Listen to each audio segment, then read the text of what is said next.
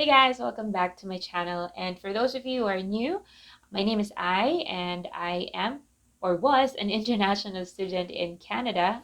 I am currently on my post-graduation work permit, and I make videos on what it's like to be an international student. One of the things that I was worried about before coming here to Canada is I don't have any idea on what it's like to be a student again. I mean, it has been a while since the last time I was a student, so don't know what to expect. If you're in the same predicament, then this video is for you.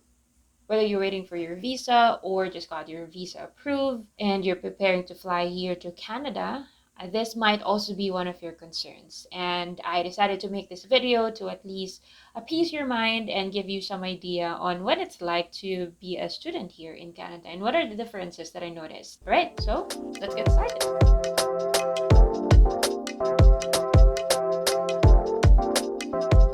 First, let's talk about the terms or what we call semesters. Here in Canada, there are 3 semesters. So there's fall, winter, and spring term. Each term is 4 months in length. So for fall, it starts from September until December. Winter is January to April. And spring, or sometimes called summer term, is from May to August. The regular start of school year is fall.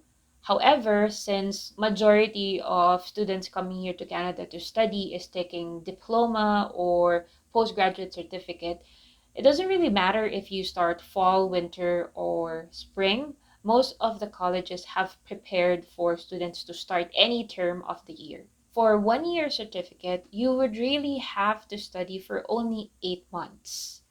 So 1 year is equivalent to 2 terms or 2 semesters. And if you recall, I mentioned that 1 semester is 4 months in length. So in reality, 1 year is really 8 months. If you're taking a longer program, so say for example, 2 years, you might get a term break. It depends on your college or the seats available in the program that you want to study for. I know a lot of students, especially those who are taking more than 1 year, are looking forward for the term break.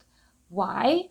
Because during the term break, you are eligible to work full-time. That means they would be able to save up for their upcoming terms. If you are considering to have a term break, it would be best if you choose your term break during spring and fall semesters because it can get difficult to find a full-time position during winter as majority of the stores are reducing hours because of the season, so they need fewer staff. You may also have heard of the term fast track. It means there's no break on your studies. So if your program is for 2 years or equivalent to 4 semesters, and there's no break, you can finish it in 16 months instead of 24 months. So your next question might be, which is better, fast track or having a term break? And there's no one answer for that. It depends on your situation. If your program is fast track, then pros is you'll be able to finish it sooner. Cons is you don't have time to save up for your next semester. So that means dapat you have your funds for your tuition fee all covered until the end of your program. Or you can bring your partner with you and they can apply for an open work permit. They can work and save for the both of you. Now let's talk about subjects and schedule. Everything that I'll be sharing from this point of the video moving forward will be based on my experience. Can be slightly different depending on your program and your institution, but at least this would give you an idea on how many loads you will get and how much time you will invest studying. On an average, a student will have 6 subjects per semester. And at Conestoga, they schedule it for 3 hours per subject per week. However, class discussion or sometimes what they call workshop would only take 1.5 to 2 hours per meeting. The remaining hours are intended for students to do their advanced reading or assignments or meet with their groups to whatever activities that they have to do for that week. Here is a sample timetable. This was my timetable for fall 2021.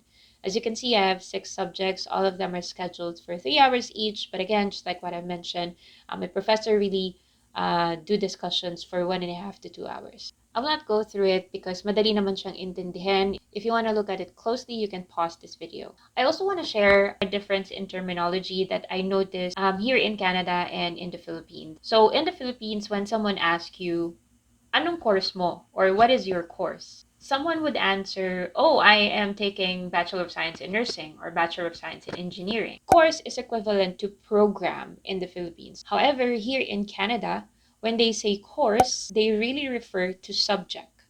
If someone asks you what's your course for today, that person is really asking you what are your subjects for today. Very small terminology difference. I just thought to share it with you. Now let's talk about the expectations to a student. So the passing grade in Canada is 60%. 'Di ba sobrang baba? And to be honest, madali siyang ma-achieve. And I even heard from some students na they have subjects with passing rate of 55%. Kalahati lang yung mapasa mo, onting push lang, and then pasado ka na sa subject. But, don't be fooled because meron pa rin mga bumabagsak. And the only thing that I could think of kung bakit sila bumabagsak is it could be because strict yung professor. So just like in any other university, merong mga strict and hindi masyadong strict na professors. Another factor could be hindi nakakapasa ng mga requirements because pagod na sa work. So kaya marami nagsasabi na if you come here as a student, you really have to prioritize your studies over anything because if you fail a subject, you have to repeat that subject. So you have to take another term, you have to pay for additional fees and your plans will be delayed. So mahirap. If you're gonna ask me, is it easy to study here in Canada? Yes, it is easy. However, it is time consuming. Why time consuming? So I mentioned earlier that you will only have to meet your professor 2 hours in a week. So if you have 6 subjects, that's 18 hours in a week. However, the expectation in class of student is dapat you've read the materials before coming to class. So when I was a student, I allocate 1 hour per subject to do advanced reading and take notes to prepare myself for our next meeting. And another expectation is each of your subjects will give you at least one assignment per week. So if all of them gives you just one assignment, then you'll have a minimum of 6 assignments per week. On an average, I'd say you will spend another 1.5 to 2 hours per assignment because you would really have to do your research. They're really strict when it comes to plagiarism. Professors have this tool where they submit your paper and that tool would tell kung may part sa paper mo that was copied from somewhere else. So, pwedeng online or pwedeng paper that was submitted by another student. You have to be careful, otherwise you'll be issued of academic integrity. One of the things or one of the documents that will be shared with you by your professor is this evaluation summary. So here's a sample evaluation summary, and I chose this one because it has lots of components on how you can achieve mark for this subject. So basically, the evaluation summary will tell you how you will pass your course because it breaks down kung ilang points yung makukuha mo per submission. In your instruction plan, you will also find your course schedule. So here you'll find ano yung mga topics that will be covered on each of your sessions. What are the preparations required? So ano yung book na kailangan mong basahin, article, and it will also tell you what are due for that week. So walang biglaan when it comes to deadline because it's all given to you on the start of the semester. So you can imagine how you can easily forget deadlines because ang dami mong isasubmit. Some subjects would require more than one assignment. So I suggest on the start of your semester, you calendarize all your deadlines so you can plan ahead and make sure that you will not cram in submitting your deadline. Professors usually give a grace period so you can submit requirements except for the midterms and final exams up until 3 days. However, there will be 10% deduction per day. And if you exceed the 3 days, then they will no longer receive your submission. And that is all I have for you today, guys. Hopefully, kahit papano, I have given you an idea on what it's like to be a student in Canada. Again, just like what I said earlier, madali siya kung madali. 55-60% passing. CCO sa atin, we're used to 75 passing rate in the Philippines. However, if you don't take it seriously and if you don't submit your requirements, meron talagang bumabagsak. I don't want you to be in that situation kasi mahirap. Thank you for watching this video and I'll see you again next time.